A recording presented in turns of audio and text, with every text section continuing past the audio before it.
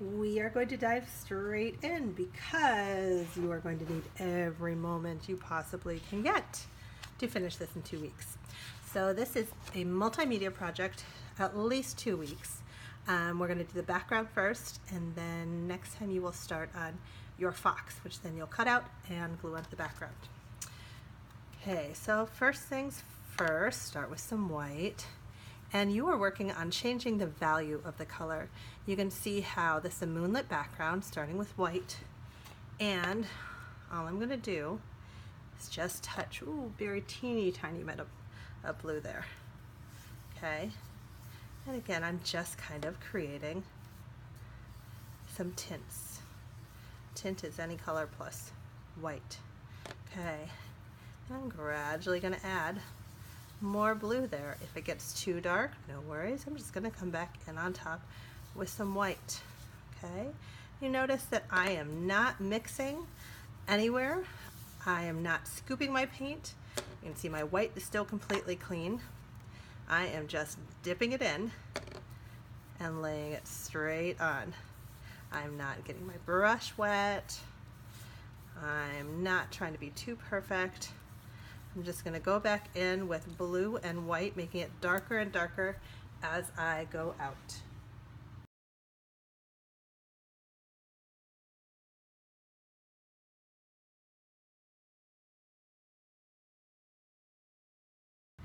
Now that took me probably about 3 minutes to do the whole thing, start to finish. Again, you can see that I made some whoopsies when I came back in with my white.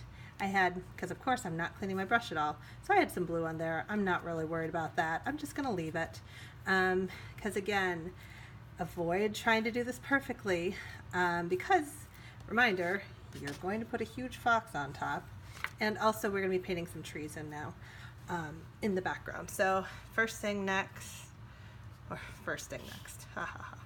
let me see, put down just a little bit of black, probably too much black. That is going to be some dark snow. That's okay. Okay, just coming in. Oh yes, that is some very dark snow. Very suspect. That's okay. Again, not trying to be perfect. I can always try to put paint over it. There we go, just layer it on. I might come back in with some more white. But again, remember, we're putting a huge fox on it. Not a big deal. All right, so I'm gonna put my trees in. I wanna show you this time. So you noticed when I was going around and around, I really tried hard to focus on my brush strokes, keeping my brush on its tiptoes, going in one direction. When I was doing the snow just now, you might have noticed that I was using the side of my brush and patting. Oh, I need to be careful because I've got some blue on there. So now this time when I'm doing my pine trees, I'm actually just going to go to dot up and down and just kind of create pine tree shapes by doing this. Okay, stamp, stamp, stamp, almost, using my paintbrush like a stamp. And I'm going to keep on doing that until I get a nice tree shape.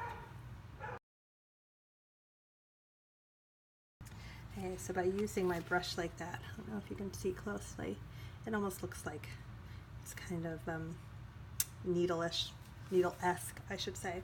Okay, now at this point I am going to switch my brush. So this is the first time I'm going to use water just to clean this. I am going to, first of all, wipe it off on a paper towel. This is just kind of brush etiquette for your water, especially because I don't know if we're going to be using tempera paint or acrylic. So this is especially true with acrylic because it's latex based, but even with tempera, you don't really want all of those paint particles to go down our water and pollute our water supply. So again, wipe them off on a paper towel first. Okay, so and then that can go in the paper brush bathtub. I'm going to switch to a little round brush. Those of you guys who did this with me last year remember kind of doing our trees, and I'm just kind of twisting and turning my brush as I go, holding it lightly in the back And just kind of trying very hard not to be too controlling with my paintbrush. Easier said than done, I know. Again, just gonna make some branches. Haphazard. If you don't like it, then you can cover it with your fox. Not a big deal. For those of you who might be slightly confused what I mean about twisting the brush, I literally, when I'm pulling it out, I'm twisting it like this, okay? You can see that one, I mean kind of an oopsie-daisy. I twisted from out to in. I should probably do in to out, but again, I'm not going to worry about it because first of all, I can cover it with snow if I want to, and second of all, I can just cover it with the fox if I want to. So again, before I add the snow, I'm going to clean off my paintbrush, wipe it off on the paper towel before it goes in the water. Now I'm just going to add some snow. Okay.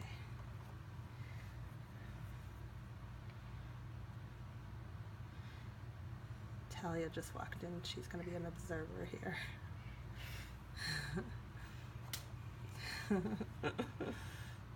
And again, I'm just using the side of my paintbrush, kind of like before when I did the snow at the bottom. And I'm kind of painting it like an impressionist, just adding some snow here and there. Kind of thinking about where it would naturally occur, putting it kind of on the tops of branches. Okay. Just a little bit. Okay. Ooh, I've got a lot of paint there. Scoop that up. Whoa.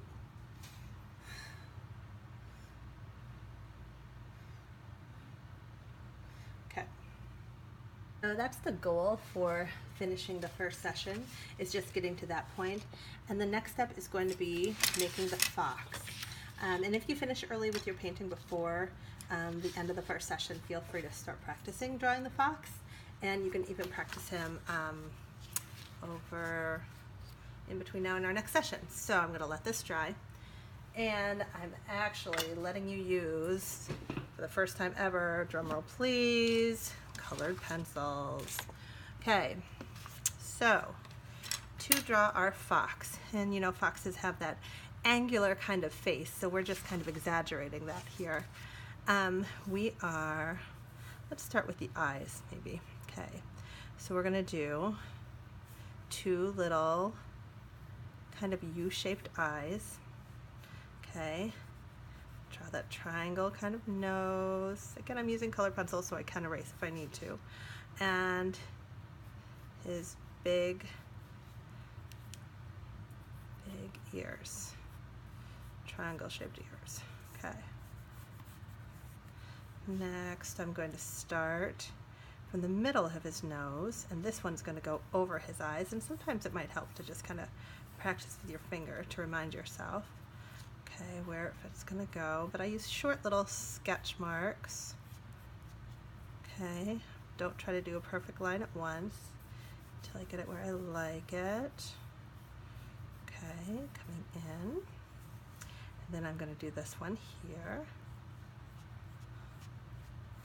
He almost looks like a raccoon right now too. Could be any number of animals. Raccoon, badger. All right, and now I'm going to draw his shoulders going down. Not going to worry about making the line all the way down because it's going to be covered by his tail. Okay, going down. Make sure you leave room over here for his tail too. Okay. And if you have room, kind of have it bushy out. They've got quite big bushy tails. And again, you can see I'm going back and forth over my line, not trying to do a perfect line here. Just up to about, well, as much as I have room for actually. So if you need to, like I did there, I had to curl his tail up a lot more than I did that one. No big deal. Make it work. All right. Big bushy tail. Around there. Legs. Okay. And then that white section on his chest. Now his head is rather big compared to his body. Again, I'm not really going to worry about it. Okay, he's going to be fine just the way he is. Okay, now I'm going to make my lines a little bit darker, and I'm going to go in with my white colored pencils and color his mask and inside of his ears. Draw those in a little bit. Okay, and the tip of his tail.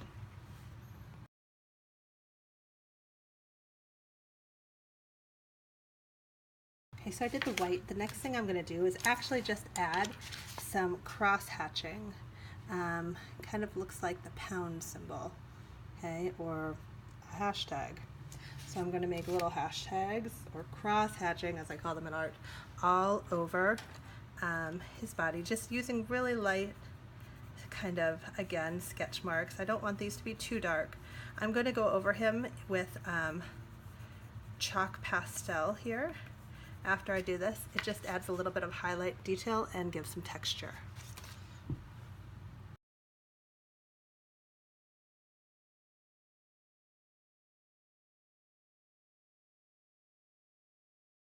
Okay, so that was a fast one. You can see a lot of them I made little cross hatches. And then I also did just normal hatches, which is just the one lines there. A lot you can see I did some there, underneath where his face is. I put just some black in here.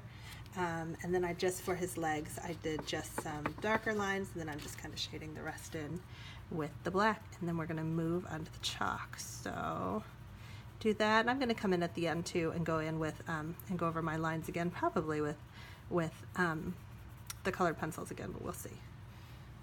Okay, so to use the chalk pastel, oh, I had to find it.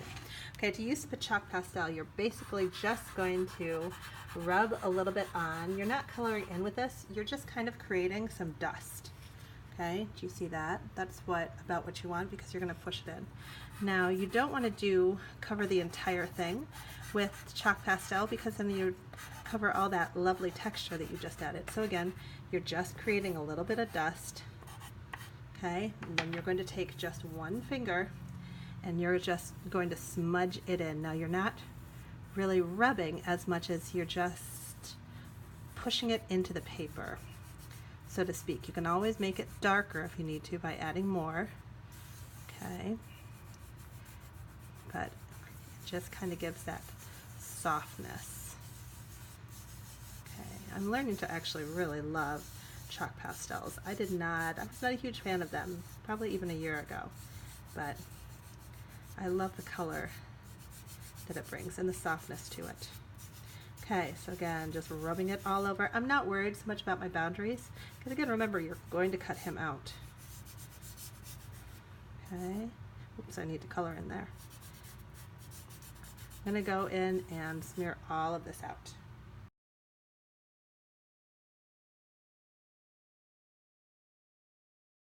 You might have noticed me doing this, but when I'm trying to do this big black outline, I'm not starting from here and drawing a straight line, because you can see, look at the difference there between those two lines, how much softer that one is compared to how bold that one is.